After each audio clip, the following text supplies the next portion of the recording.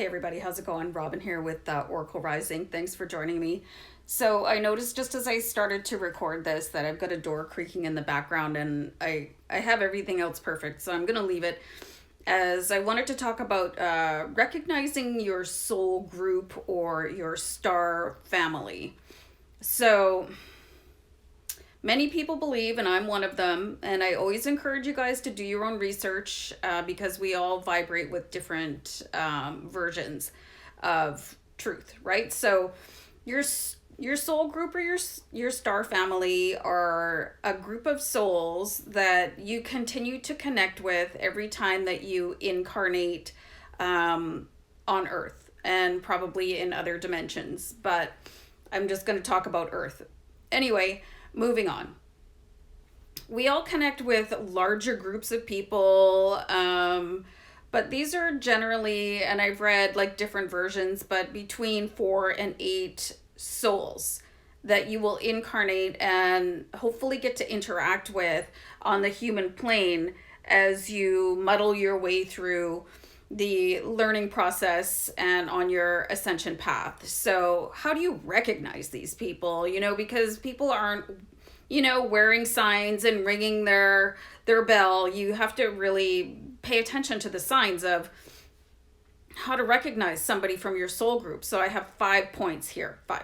So, these are going to be the people who will check in on you regularly, through intuitive flashes. Like, I have a couple of really close friends right now that they seem to either text, call, or message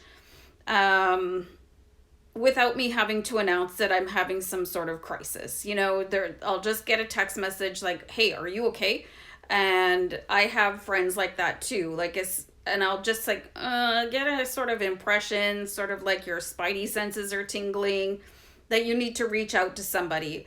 And so if you have somebody like that in your life, you probably want to do your best to hang on to them because they're part of your soul group, your star family, and they're really invested in the progression of your soul as it goes through the 3D matrix and rising to 4 and 5D and all on your ascension path. So it's really important to keep connected to people that are invested in your highest well-being. So the second point I have is this is going to be somebody that you're connected to through a really elevated sense of humor, somebody that can make you laugh when you're extremely down or going through a really tough time. They will also get your sense of humor if you're twisted or just silly or whatever you've got going on. Sharing a laugh with somebody can be like the ultimate bonding experience and an ultimate experience of release. I don't know if anybody ever read Reader's Digest. My dog is here. Hello. Hi.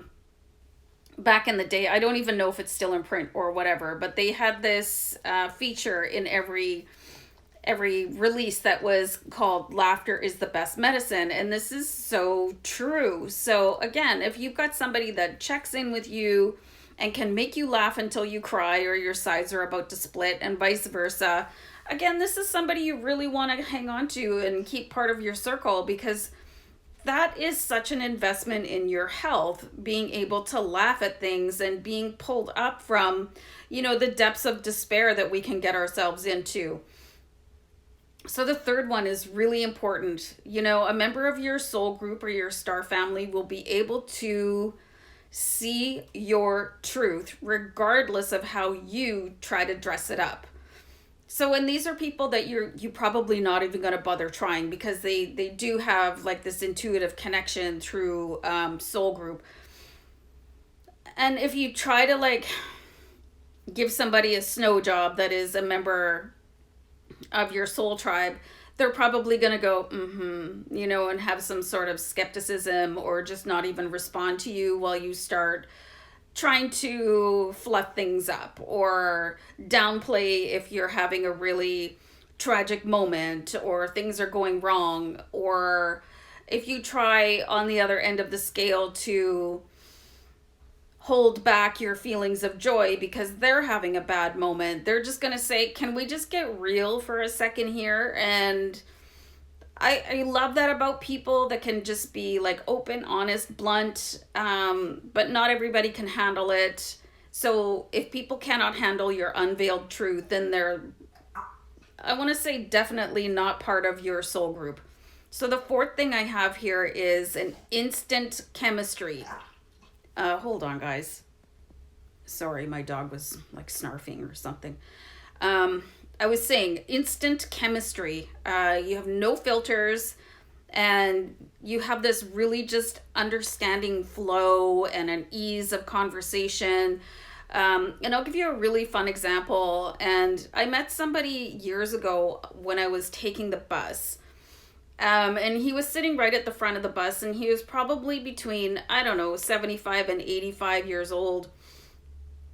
So I sat down beside him, and just all of a sudden there was this spark of amazing conversation, and I was just so filled with joy to be sitting beside him. And we just babbled and babbled and babbled, and like we were holding hands and like laughing and clapping. And then all of a sudden it was time for me to get off the bus, and I never saw him again.